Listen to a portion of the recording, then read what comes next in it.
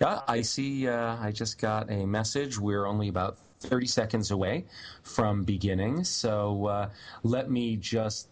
Yes, Island in Second Life. I think we're This live. event is produced by Dancing Inc. Productions for Manpower, and it has been an absolute pleasure to work on it, and we've learned so much. We've worked with a global team of collaborators, and it's just been fantastic to see what Manpower has done in this space. This event comes with a report called The Power of Collaboration. Those of you who are watching any of the Metanomics sims can get a copy by clicking on the report there. It'll be available here at Manpower Island. It's also available at Manpower's website, manpower.com, and at Dancing Inc. Productions blog, which is called Dispatches from the Imagination Age, and that's eurekadejavu.com. Thousands of visitors from 50 countries speaking 40 languages have visited Manpower Island in the course of the past year. There's a team of 4 people at Manpower Island, paid staff, led by Dan Darrow, who is one of our panelists here today, Horatio DaCosta in Second Life. His enthusiasm has been absolutely incredible since the first time I met him over a year ago. We were introduced by Jessica Kin, who is the lead virtual architect at IBM, who is working with Manpower on Manpower Island. Jessica appropriately designed the version of the SL readable version of the report that we have here today for you. And this project would not have been possible at all without the visionary leadership of Tammy Johns, Manpower's Senior Vice President for Global Workforce Strategy, who has infused the entire process with her collective knowledge of 80 global labor markets and sees the company's exploration in Second Life the same as she would as a focus in any emerging labor market. The developing metaverse is a spectacular business tool, especially for the productive development of a healthy sense of multiculturalism as the world evolves. But it's not without limitations, and we'll look at some of those limitations here today. We'll introduce the panelists shortly, but let me just tell you, we have a very exciting array of perspectives from people all over the world here today, and we thank you all so much for being here. By way of introduction about myself, I just want to say I am a senior fellow at the Carnegie Council for Ethics and International Affairs, and I was a journalist for 7 years with a focus on corporate culture. And I was incredibly impressed by Manpower's commitment to several key areas with regard to social responsibility. Manpower is a signatory of the Athens Ethical Principles and the UN Global Compact, and very committed to workforce development, ending human trafficking, reaching out to refugees, and disaster recovery, which is an issue very dear to my own heart.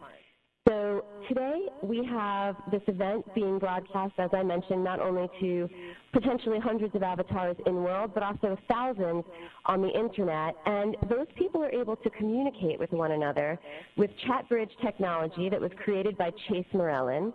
And it's fantastic because it basically means that the perception that events are limited to only 50 avatars at a time no longer matters. Because anybody can watch and participate. And one thing that has impressed me very much about Manpower's effort, as the media has made so much of failed attempts to use the metaverse for business, but such failures are generally the result of outdated business models being applied to a new paradigm. Manpower has taken a very strong thought leadership stance in confidently pursuing a meaningful and significant presence in the metaverse. And as you'll see here today, we have a lot to talk about. We'd like to start off by introducing a piece of machinima by Draxter Dupre, machinimist extraordinaire, who is one of the people on the global team, along with Torin Colt, who we also have here today, who built this fantastic space that we're in. And we would like to start off by watching a piece of machinima that is an overview of Manpower's work in Second Life and the metaverse to date. So, Torin, if you would, please let's watch the video.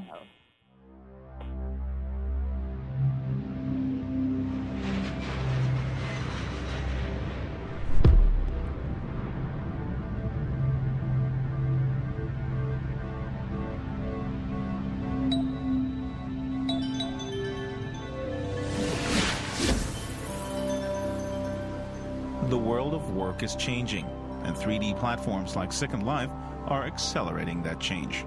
military policeman, graphic designer, doctor, summer camp instructor, journalist, carpenter, lawyer. Manpower Incorporated, a world leader in the employment services industry, has taken notice by running a fully staffed virtual headquarters in SL. A recently conducted survey shows the hopes and dreams among the visitors to Manpower Island. Some said they'd rather be paid in virtual currency for virtual work. Others disagreed. One said, "I would prefer to be paid in real dollars, as it seems there is a devaluation of a user's time in a virtual environment. People accept a fraction of what they'd be paid in real life in Linden dollars." Apparently, issues like fair compensation don't just disappear in what some call a digital utopia. CEO of Manpower, Jeff Jarvis, is not oblivious to that. We know that there are many trapdoors and there are many blind alleys, but we're willing to accept those because there's a bigger view out there of how the virtual worlds morph into something that becomes very productive and an integral part of the way companies will get work done. Many problems are indeed unresolved in the global marketplace. So Manpower has joined 5,000 other corporations in signing the UN Global Compact. The compact encourages corporate responsibility by having executives pledge to uphold 10 principles in the areas of human rights, labor, the environment, and anti-corruption. It is about contributing to the social side of business and the service industry. Having 5 million people working for us, we have a deep responsibility and believe that the UN Global Compact is a great way to not only demonstrate it, but also to show to our internal staff how important it is to us. The massive street protests accompanying the 1999 WTO talks in Seattle sparked the idea for the UN Global Compact. Executive Director George Kell says it became clear then that global markets lacked legitimacy in the broader public. To offer business an ethical benchmark against which they can measure their own performance, so they have at least some notion of what is right and wrong. It is time to recognize that it is not only about scale, but you also must advance shared values and principles. The voluntary nature of the compact still needs to go hand in hand with regulation, but there is no turning back the clock, says Kell. Failure to keep markets open, quite frankly, would throw us back into the Middle Ages. It would deprive us of the opportunities to diffuse superior knowledge and know-how. It would mean that we shut out the poor, that we build walls and protect wealth accumulated in the past. When transparency is taken seriously, globalization works. Kell's optimism is shared by Manpower as the company experiments in the vast globalization sandbox that is SL. Manpower's headquarters is oceanfront property and features a customized orientation experience.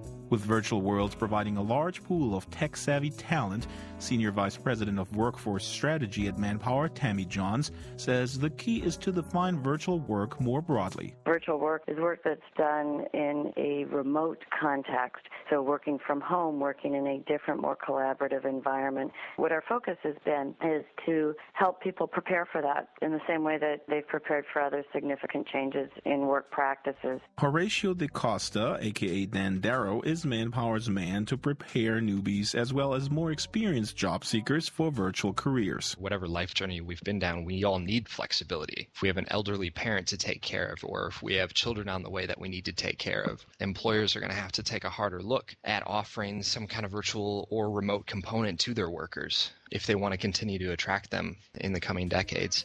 Back in Germany, we used to say that in a functioning society,